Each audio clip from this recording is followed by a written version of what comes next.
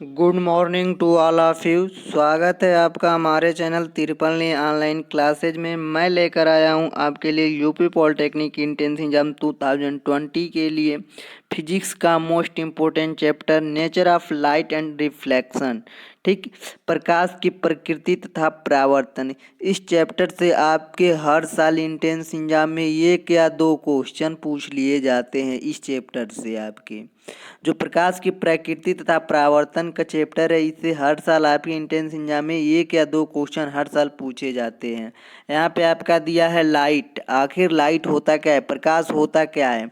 तो प्रकाश एक प्रकार की ऊर्जा है, इसके कारण हमें वस्तुएं दिखाई देती हैं। क्या प्रकाश की जो परिभाषा है, प्रकाश क्या है? प्रकाश एक प्रकार की ऊर्जा है, इसके कारण हमें क्या वस्तुएं दिखाई देती हैं।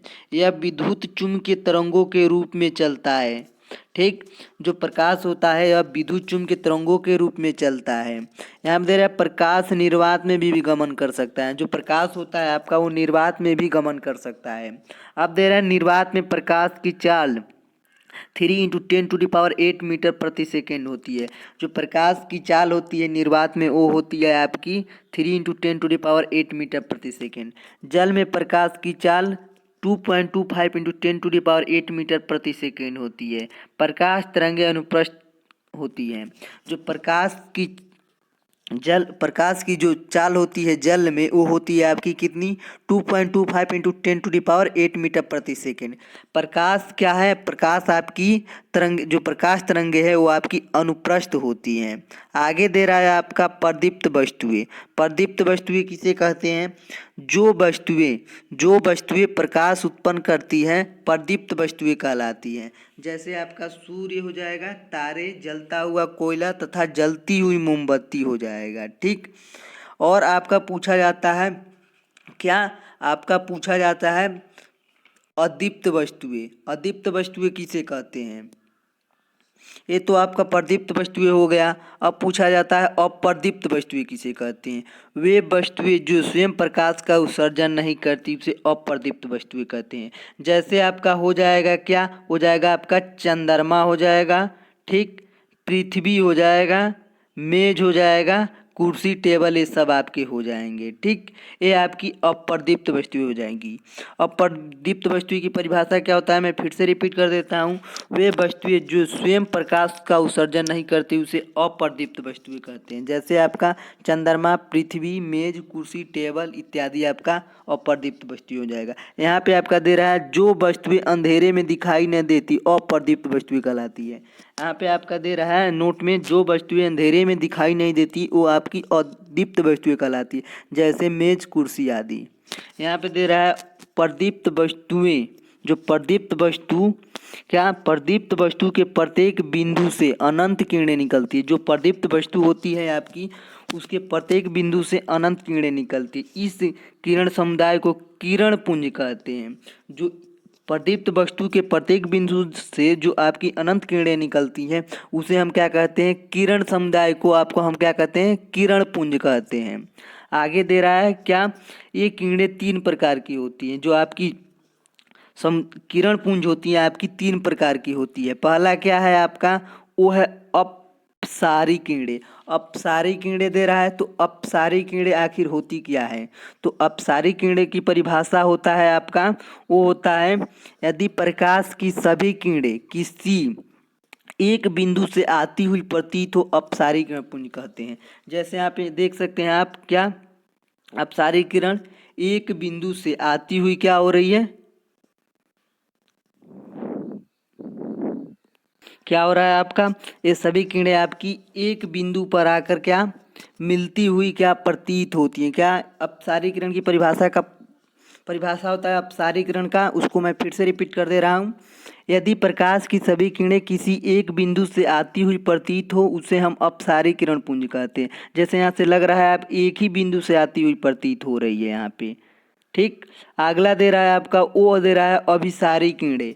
अभिसारी किरणें क्या होती है, उसकी परिभाषा होता है आपका, यदि आपतित प्रकाश की सभी किरणें एक बिंदु पर मिलती हो उसे अभिसारी प्रकाश किरण पुंज कहते हैं। यहाँ पे देख सकते हैं आप, एक ही बिंदु पर मिल रही है आपकी, ये सभी किरणें एक ही बिंदु पर मिल रही है, ये आपका अभिसारी किरण पुंज हो जाएगा। समांतर किरण पुंज दिया है। तो समांतर किरण की पुंज की परिभाषा होता है यदि प्रकाश की सभी किरणें आपस में कभी न मिलती हो और सदैव एक दूसरे के समांतर रहती हो, उसे हम समांतर किरण पुंज कहते हैं। देख सकते हैं यहाँ पे एक समांतर पुंज, ये आपस में कभी नहीं मिलती हैं और जो एक दूसरे से क्या होती है, ये समांतर बनी भी रहती है और ये आपस में कभी नहीं मिलती है, ये समांतर किरणें हो जाएगा। आगे दे रहा है प्रकाश का परिकिरण। प्रकाश का परिकिरण क्या होता है आपका, जब प्रकाश वायु जैसे माध्यम से गुजरता है तो उसमें विद्यमान धूल आदि के कणों में टकराकर प्रकाश का कुछ भाग सभी दिशाओं में फैल जाता है। प्रकाश के सभी दिशाओं में फैल जाने की प्रक्रिया को प्रकाश का परिकिरण कहते हैं। प्रकाश का परिकिरण किसे कहते हैं, एक बार मैं फिर से इसकी परिभाषा रिपीट कर दे रहा हूँ। वो कह रहा है जब प्रकाश वायु जैसे माध्यम से गुजरता है तो उसमें विद्यमान जो धूल होते हैं आदि के कण वो टकराकर प्रकाश का कुछ भाग जो होता है वो सभी दिशाओं में फैल जाता है। प्रकाश के सभी दिशाओं में फैल जाने की प्रक्रिया को हम क्या कहते हैं, प्रकाश का परिकिरण कहते हैं। आगे दे रहा है लाल रंग के प्रकाश का परिकिरण सबसे कम तथा बैंगनी रंग के प्रकाश का परिकिरण सबसे अधिक होता है। क्वेश्चन आपका पूछ लिया जाएगा, वो पूछा जाता है सबसे अधिक प्रकीर्ण होता है, तो सबसे अधिक जो प्रकीर्ण होता है वो होता है आपका लाल रंग का। दूसरा पूछा जाता है सबसे कम प्रकीर्ण किसका होता है, वो होता है आपका बैगनी रंग का। आगे दे रहा है बैगनी तथा नीले प्रकाश का प्रकीर्ण अधिक होने के कारण ये आकाश नीला दिखाई देता है। अब पूछा जाता है आपका आकाश नीला क्यों दिखाई देता है, तो बैगनी तथा नीले प्रकाश का प्रकीर्ण सबसे अधिक होने के कारण ही आपका आकाश क्या नीला दिखाई देता है। इसी कारण से सूर्योदय और सूर्यास्त के समय सूर्य का लाल दिखाई देता है। पूछ लिया जाता है आपका सूर्योदय और सूर्यास्त के समय आपका सूर्य का लाल दिखाई देना किसके कारण होता है, तो आपका जो होता है वो बैगनी तथा नीले प्रकाश के प्रकीर्ण अधिक होने के कारण आपका आकाश तो नीला दिखाई देता है और इन्हीं के कारण आपका जो सूर्योदय और सूर्यास्त होता है उसके समय आपका जो सूर्य होता है वो लाल दिखाई देता है। आगे दे रहा है आपका वो दे रहा है आगे दे रहा है आपका वो दे रहा है प्रकाश का परावर्तन। प्रकाश का परावर्तन किसे कहते हैं, रिफ्लेक्शन ऑफ लाइट। वो दे रहा है आपका जब क्या प्रकाश जब किसी चिकने पृष्ठ पर टकराता है तो पृष्ठ से टकराने के बाद वापस लौट जाता है। क्या, जब प्रकाश आपका किसी चिकने पृष्ठ पर टकराता है और पृष्ठ से आपका टकराने के बाद फिर वापस लौट जाता है, ये आपका टकराएगा किसी चिकने पृष्ठ पर और फिर वापस लौट जाएगा, इसी को हम प्रकाश का परावर्तन कहते हैं। ठीक, इस घटना को प्रकाश का परावर्तन कहते हैं। ठीक, आगे क्या करें, परावर्तन पृष्ठ की प्रकृति पर निर्भर करता है। जो परावर्तन होता है वो आपका पृष्ठ की प्रकृति पर निर्भर करता है। प्रायोगिक रूप से पाया गया है कि आपतित किरण तथा परावर्तित किरण दो माध्यमों की उभयनिष्ठ परिसीमा पर अभिलंब के समान कोण बनाती हैं। जो क्या कह रहा है आपका, वो कह रहा है आपतित किरण और परावर्तित किरण आपका दो माध्यमों की उभयनिष्ठ परिसीमा पर क्या अभिलंब के समान कोण बनाती हैं। आगे कह रहा है आपका परावर्तन के नियम। ठीक, परावर्तन के नियम क्या दे रहा है, ये आपका परावर्तित किरण हो जाएगा, बी यहाँ पे मान लिया गया है, ये आपका अभिलंब हो जाएगा पी इसको, और ये आपका आर कोण हो जाएगा, ये आई कोण हो जाएगा, ये आपतित किरण हो जाएगा, ये आपका बिंदु एम हो जाएगा, यहाँ पे आपका मूल बिंदु हो जाएगा और ये आपका एक बिंदु एन हो जाएगा। ठीक, क्या कह रहा है आपका आपतित किरण, परावर्तित किरण तथा अभिलंब तीनों एक ही तल में होते हैं। क्या, जो आपतित किरण होती है, आपतित किरण, परावर्तित किरण और अभिलंब जी आपके ये तीनों होते हैं, आपके ये तीनों एक ही तल में होते हैं। ठीक, अगला नियम दे रहा है परावर्तन का, वो दे रहा है परावर्तन कोण सदैव आपतन कोण के बराबर होता है। जो परावर्तन कोण होता है, परावर्तन कोण, जो आपतन कोण होता है वो होता है आपका कोण आई और अपरावर्तन कोण आर, आपके आपस में क्या होते हैं, ये बराबर होते हैं। ठीक, जो परावर्तन कोण होता है आई और आपतन कोण जो होता है वो होता है आर, ये आपस में दोनों बराबर होते हैं। ठीक, आगे दे रहा है आपका प्रतिबिंब। आखिर प्रतिबिंब क्या होता है, दे रहा है आपका जब प्रकाश की किरणें एक बिंदु से चलकर परावर्तन के पश्चात किसी दूसरे बिंदु पर मिलती हैं तो दूसरे बिंदु को पहले बिंदु का प्रतिबिंब कहते हैं। ठीक, प्रतिबिंब की परिभाषा क्या होता है, मैं रिपीट कर दे रहा हूँ फिर से।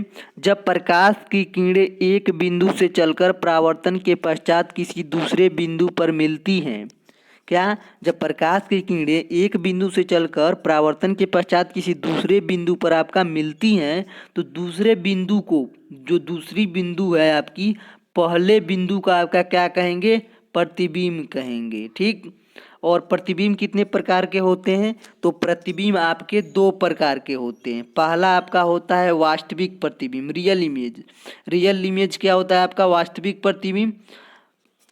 वास्तविक प्रतिबिंब जब परावर्तन के बाद, क्या, जब परावर्तन के बाद प्रकाश की किरणें वास्तव में मिलती हैं तो प्रतिबिंब वास्तविक कहलाएगा। क्या, जब परावर्तन के बाद प्रकाश की किरणें वास्तव में मिलती हैं तो प्रतिबिंब आपका क्या कहलाएगा, वास्तविक कहलाएगा। वास्तविक प्रतिबिंब को पर्दे पर लिया जा सकता है तथा यह सदैव उल्टा बनता है। क्वेश्चन आपका पूछा जाता है, वो पूछा जाता है आपका वास्तविक प्रतिबिंब बनता है, तो वास्तविक प्रतिबिंब जो होता है वो आपका सदैव उल्टा बनता है और वास्तविक प्रतिबिंब को हम पर्दे पर प्राप्त कर सकते हैं। आगे दे रहा है आभासी प्रतिबिंब। आभासी प्रतिबिंब क्या होता है, जब परावर्तन के बाद प्रकाश की किरणें वास्तव में नहीं मिलती। क्या, जब परावर्तन के बाद प्रकाश की किरणें वास्तव में नहीं मिलती बल्कि मिलती हुई प्रतीत होती हैं, मिलती नहीं है मगर मिलती हुई प्रतीत होती हैं, उसे हम क्या कहते हैं, आभासी प्रतिबिंब कहते हैं। क्या, आभासी प्रतिबिंब कहते हैं। इसे पर्दे पर नहीं लिया जा सकता। आभासी प्रतिबिंब को हम पर्दे पर नहीं ले सकते हैं तथा यह सदैव सीधा होता है। जो आभासी प्रतिबिंब होता है वो आपका सदैव सीधा होता है। क्वेश्चन पूछा जाता है आभासी प्रतिबिंब होता है, तो आभासी प्रतिबिंब जो होता है वो आपका सदैव सीधा होता है। समतल दर्पण से बना प्रतिबिंब सदैव आभासी होता है। क्वेश्चन पूछा जाता है समतल दर्पण से बना प्रतिबिंब होता है, तो समतल दर्पण से बना प्रतिबिंब आपका जो होता है वो सदैव आभासी होता है। ठीक। आगे दे रहे हैं सारणी में प्रतिबिंबों के प्रकार, उत्पत्ति के कारण तथा प्रकृति को लिखा गया है। यहाँ पे आपका दे रहा है, क्या दे रहा है आपका, प्रतिबिंब, उत्पत्ति कारण और प्रकृति। ठीक, इसको आपको याद रखना है। आभासी या काल्पनिक प्रतिबिंब, आभासी या काल्पनिक प्रतिबिंब किसे कहते हैं। ठीक, तो आभासी कहे या काल्पनिक प्रतिबिंब कहे, दोनों का एक ही नाम है, आभासी या काल्पनिक।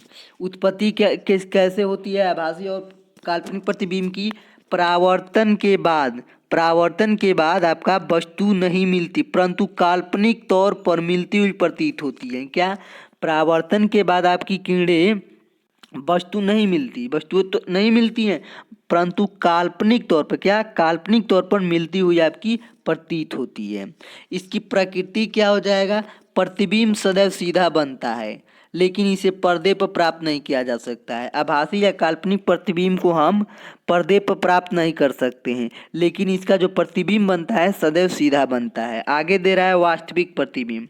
उत्पत्ति का क्या कारण है इसका, परावर्तन के बाद किरणें वास्तविक तौर पर एक दूसरे से मिलती है। जो वास्तविक प्रतिबिंब का कारण है उत्पत्ति का, परावर्तन के बाद किरणें वास्तविक तौर पर एक दूसरे से मिलती हैं।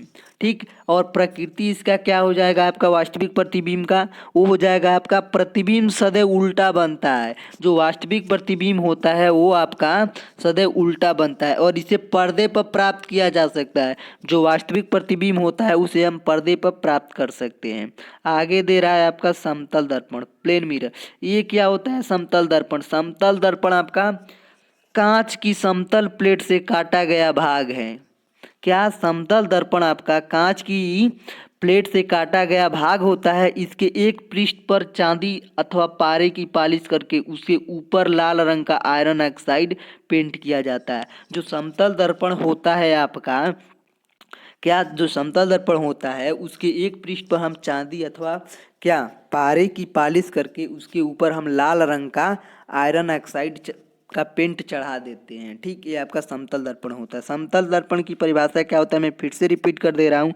समतल दर्पण कांच की प्लेट से काटा गया एक भाग होता है। इसके एक पृष्ठ पर चांदी अथवा पारे की पॉलिश करके उसके ऊपर क्या हम लाल रंग का आयरन ऑक्साइड चढ़ा देते हैं। आयरन ऑक्साइड का पेंट हम चढ़ा देते हैं समतल दर्पण के ऊपर। अब दे रहा है समतल दर्पण से बनने वाले प्रतिबिंबों की संख्या। अब समतल दर्पण से बनने वाले प्रतिबिंबों की संख्या दे रहा है। क्या दे रहा है? यदि दो दर्पणों के बीच का कोण थीटा है तो उनके बीच रखी वस्तु के प्रतिबिंबों की संख्या क्या हो जाएगा? वो हो जाएगा n बराबर 360 बटा थीटा माइनस n। इसको आपको याद रखना है। यदि 360 बटा थीटा सम है तो क्या हो जाएगा? वो हो जाएगा आपका, यदि n बराबर 360 बटा थीटा माइनस 1 पूर्णांक न हो, यदि पूर्णांक नहीं है तो ये क्या हो जाएगा? प्रतिबिंबों की संख्या अगले पूर्णांक के बराबर हो जाएगी। क्वेश्चन कैसे पूछा जाता है? क्वेश्चन में ऐसे पूछा जाएगा आपका, यदि दो दर्पणों के बीच का कोण 60 डिग्री है तो उनके बीच रखी वस्तु के प्रतिबिंबों की संख्या क्या हो जाएगा? तो ये थीटा आपका दे रहा है 60, तो इसको क्या करेंगे? n बराबर 360 बट्टा थीटा की जगह पर कितना रखेंगे? 60 रखेंगे, -1 कर देंगे। ये जीरो से ये जीरो कट जाएगा, 6 के 36 हो जाएगा, 6 में से 1 हटा जाएंगे, n बराबर 5 आ जाएगा। आपकी प्रतिबिंबों की संख्या कितनी बनेगी? 5 बनेगी। ठीक, यदि थीटा बराबर 60 डिग्री दे रहा है तो प्रतिबिंबों की संख्या आपका 5 बनेगा। आगे क्या कह रहा है? आगे कह रहा है आपका समतल दर्पण से संबंधित महत्वपूर्ण तथ्य। ठीक, किसी व्यक्ति को अपना पूरा प्रतिबिंब देखने के लिए दर्पण की लंबाई व्यक्ति की ऊंचाई से आधी होनी चाहिए। अगर किसी व्यक्ति को अपना पूरा शरीर देखना हो तो उसके लंबाई की ऊंचाई से क्या आधी होनी चाहिए? क्या? दर्पण। क्या मैं इसको फिर से रिपीट कर दे रहा हूँ? कह रहा है आपका, किसी व्यक्ति को अपना पूरा प्रतिबिंब देखने के लिए दर्पण की लंबाई व्यक्ति की ऊंचाई से आधी होनी चाहिए। अगला कह रहा है प्रतिबिंब का आकार वस्तु के आकार के बराबर होता है। जो प्रतिबिंब का आकार होता है वो आपके वस्तु के आकार के बराबर होता है। आगे कह रहा है आपका, क्या कह रहा है? समतल दर्पण की फोकस दूरी अनंत तथा क्षमता शून्य होती है। जो समतल दर्पण की फोकस दूरी होती है आपकी अनंत होती है और क्षमता इसकी शून्य हो जाएगा। आगे कह रहा है, यदि वस्तु समतल दर्पण की ओर भी चाल से गति करती है तो प्रतिबिंबों की ओर जो वस्तु की सापेक्षिक चाल हो जाएगा वो 2 गुना हो जाएगा, 2v होती है। ठीक, इसको मैं फिर से रिपीट कर दे रहा हूँ। कह रहा था आपका, यदि वस्तु समतल दर्पण की ओर भी चाल से गति करती है और प्रतिबिंबों की ओर वस्तु की जो सापेक्षिक चाल हो जाएगा उसके 2 गुना हो जाएगा, आपका 2v हो जाएगा। ठीक, आगे कह रहा है आपका समतल दर्पण का क्या? समतल दर्पण का घूमना। समतल दर्पण का घूमना क्या है?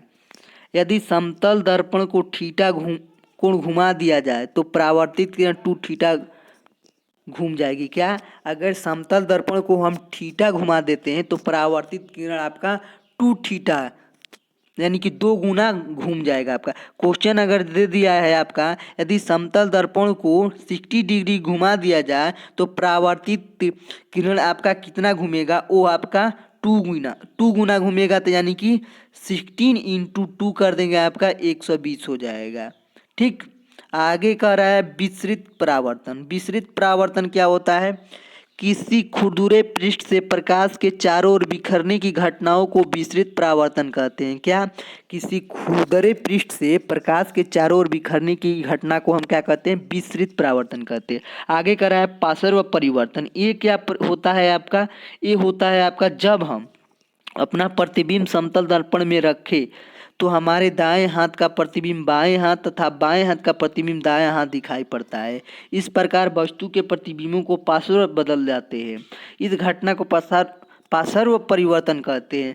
सममिति के कारण अंग्रेजी के अक्षरों में AHIMOTUVWXY के प्रतिबिंबों के पार्श्व परिवर्तन अनुभव नहीं होता है। अगर इनको हम उलाट दें, इस अक्षर को हम अंग्रेजी के अक्षरों को हम उलाट दें इन पूरे को, तो इनका जो पार्श्व परिवर्तन होता है वो हमें अनुभव नहीं होगा। जैसे ए बना है, अगर हम ऐसे ए बना दे उलाट कर, कोई परिवर्तन हमें नहीं दिख रहा है इसमें ए में। अगर यही हम बी को उलाट दें तो ये आपका ये परिवर्तन दिख रहा है, ये उल्टा बन जाएगा। ठीक, इसका अनुभव हमें हो जाएगा।